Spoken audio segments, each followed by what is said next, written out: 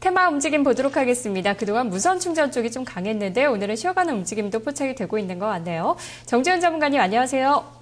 네, 안녕하십니까. 정동현입니다. 네, 오늘 움직이는 테마는 어떤 쪽인가요?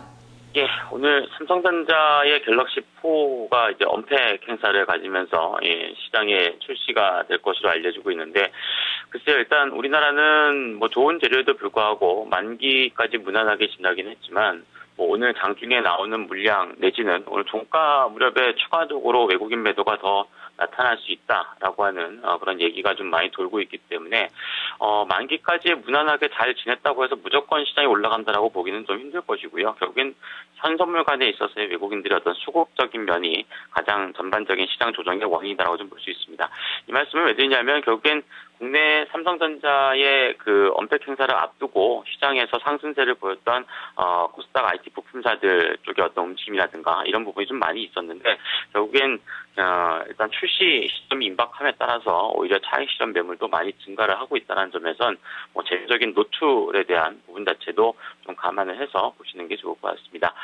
금일은 일단 뭐 양대 시장 모두 좀 시장 자체가 좀 안 좋기 때문에 뭐 그에 따라서 테마주의 움직임도 조금 약화되고 있는 그런 국면이라 볼 수 있겠는데요. 어제에 이어서 테마주 쪽에서는 아무래도 정부의 정책과 관련돼 있는 와이브로 테마 신규로 이제 지정이 된 장관급에 대한 어떤 기대 심리도가 좀 높아지고 있는 것으로 판단이 되는데, 뭐 금일도 거의 상한가 부근에 올라가 있는 기산텔레콤이라든가 뭐 이런 종목군들의 강세가 이어지고 있다라 좀 볼 수 있겠고요. 오늘 자동차 완성품 업체군들과 부품사 모두 괜찮은 모습인데요. 그만큼 환율 시장이 이제 1,100원대까지 올라왔다라고 하는 것이 다소 간의 수혜가 되고 있지 않나 보여집니다. 더불어서 최근에 이제 학교 폭력과 관련돼 있는 부분에서 정부의 CCTV에 대한 교체 내지는 수요 확대 가능성에 대해서 일부 종목군들의 수혜를 좀 얻고 있는 모습이고요.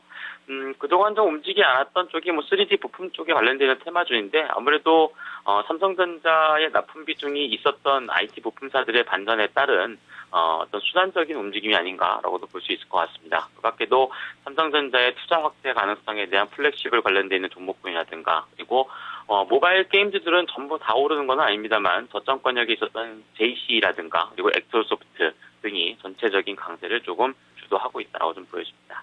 네, 오늘 풍력발전 테마를 갖고 오셨는데 어제 보니까 SK건설에서 울산에 해상풍력발전소를 건설한다라는 뉴스도 나오더라고요. 좀 기대할 만한 모멘텀들 다른 것들도 있나요? 예, 이제 그 뉴스는 아직 정식으로 체결된 건 아니고요. 그러니까 정부 지자체와 이제 협의를 통해서 차후에 또 결정될 가능성이 높은데, 제가 풍력발전은 지난주였나요? 이미 좀 한 차례 소개를 해드리면서, 어떤 중기적인 흐름에 있어서의 어떤 가능성이 높다라고 하는 그런 측면에서 말씀을 드렸는데요. 오늘 또 뭐 증권사 리포트도 나와 있으니까 뭐 관심이 있으신 분들 살펴보시면 좋을 것 같습니다. 결국에는 풍력발전 부분에 있어서의 최근 몇 년간 경기가 좀 안 좋아서 유럽이든지 미국이든지 우리나라도 마찬가지고 어떤 수주 금액이 많이 줄어들었었는데 연초 시장 이후에 현재 수주가 재차 회복세를 보여주고 있다라고 평가를 받고 있습니다. 좀 전에 앵커께서 말씀하셨던 이제 해상풍력 관련돼 있는 발전 시장에 대한 성장성이 또 부각이 되고 있는 그런 시점이기 때문에 정부의 6차 에너지 그 계획과 그리고 그러한 부분에서 일단 신재생 에너지에 대한 어떤 수요 확대 그리고 지자체 쪽에서의 협상이라든가 이런 부분이 잘 진행되게 되면 뭐 국내 시장 쪽에서도 거기에 대한 투자 비중이 조금 높아지지 않을까라고 좀 보여집니다. 특히나 이제 풍력 관련된 종목군들은 아직은 뭐 시세적으로 봤을 때는 좀 젊은 시세입니다. 특히나 이제 코스닥의 지수가 550포인트대까지 올라오면서 그동안에 선도했던 테마라든가 종목군들이 상당 부분 이제 고점 쪽에서의 차익 실현 매물도 좀 증가할 수 있는 그런 구간이고 가격적으로 좀 메리트가 좀 떨어지긴 하지만 오히려 풍력주는 거기에 대한 메리트는 뭐 충분히 있다고 좀 보여지고요. 관련된 종목군들이 아주 많지는 않습니다. 뭐 태웅이라든가 유니슨, 용현BM, 현진소재 등이 있는데 글쎄 일단 실제로 공략을 해볼 수 있을 만한 종목은 일전에 한번 추천해드렸던 뭐 태웅이라든가 이런 쪽에 조금 한정돼서 나타날 수 있으니까 뭐 그런 부분을 감안해서 보시면 좋을 것 같아요.